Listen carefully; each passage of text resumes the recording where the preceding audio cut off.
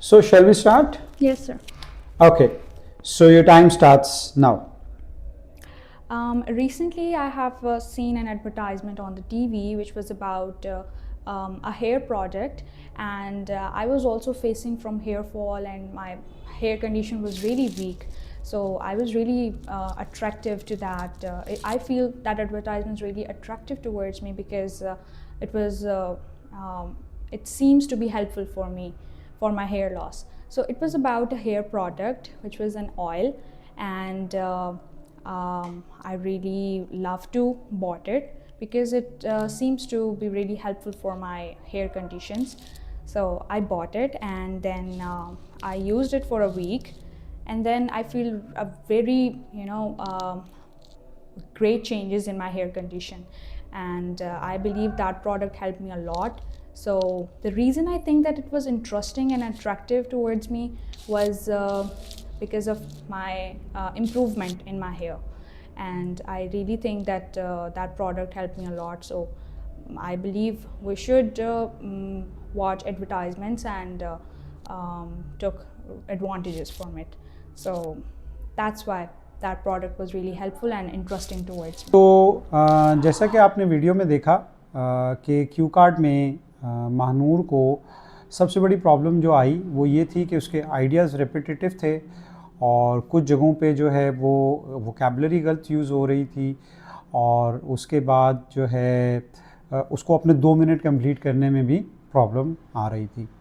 उसकी फ्लुएंसी की वजह से she will still manage to score 6 band, but बहुत सारी दूसरी चीज़ों की वजह से, जैसे उसका टास्क रिस्पॉन्स जो है वो अप टू द मार्क नहीं था, और ग्रामेटिकल रेंज एंड एक्यूरेसी भी जो है वो अप टू द मार्क नहीं थी। इस वजह से जो है वो उससे ज़्यादा स्कोर नहीं कर पाएगी।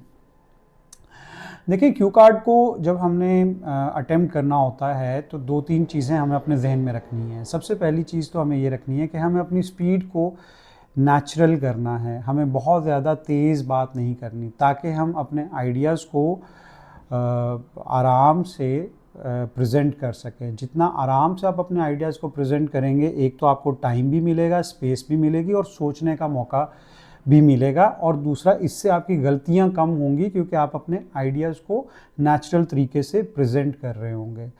हमारे यहाँ बच्चों को ये एक गलत फहमी है कि पता नहीं शायद आइल्स में स्पीड के नंबर होते हैं। देखें, याद रखें, आइल्स के अंदर आपकी स्पीड के कोई मार्क्स नहीं है। Fluency is not equal to speed, ठीक है। अगर आप कोई बात, मतलब for example, if I am talking with a pace that is not very fast but it looks natural, I am still going to score a good grade. तो ये pace बिल्कुल नॉर्मल है, एंड इट्स टोटली फाइन कि अगर आप इस तरह से बात कर रहे हो, बजाय इसके कि जो है आप तेज़ गुफ्तगू करो और उसके अंदर गलतियां करो और अपने ग्रेड्स ख़राब करो।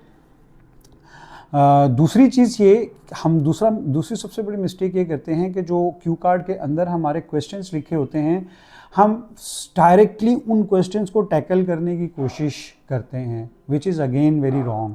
देखिए, एक सिनारियो को क्रिएट करें, एक पूरा स्टोरी बिल्ड करें। 2 मिनट की बात जो है, अगर आपने उसको प्रेजेंट करना है तो एक स्टोरी बिल्ड करें। तो अगर लेट्स से ये वाला क्यू कार्ड था जिसमें एडवर्टीज़मेंट थी, एडवर्टीज़मेंट से आपने कोई प्रोडक्ट परचेज़ किया, तो यू कुड हैव बिल्ट ये बच्ची, she could have built an entire story कि जी मैं I was watching a movie and while watching the movie I came up across this advertisement, it was telling me about a hair product, तो उसमें मुझे ये चीज़ थी, फिर मैंने रिलेट किया कि मेरी अपनी ये प्रॉब्लम है, तो मुझे इस वजह से अट्रैक्शन हुई कि चलो मैं इसको ट्राई करके देखती हूँ, और फिर तो you can build an entire scenario. Direct आप जब उन क्वेश्चंस को टैकल करने की कोशिश करते हो तो आपके लिए 2 मिनट को मैनेज करना मुश्किल हो जाता है। तो आई होप इस वीडियो से जो है वो आपको अपने क्यू कार्ड्स के हवाले से कुछ मिस्टेक्स को इम्प्रूव करने का मौका मिला होगा। If you have any questions, please put them in the comment section, I will be happy to help you. Until next time, thank you very much.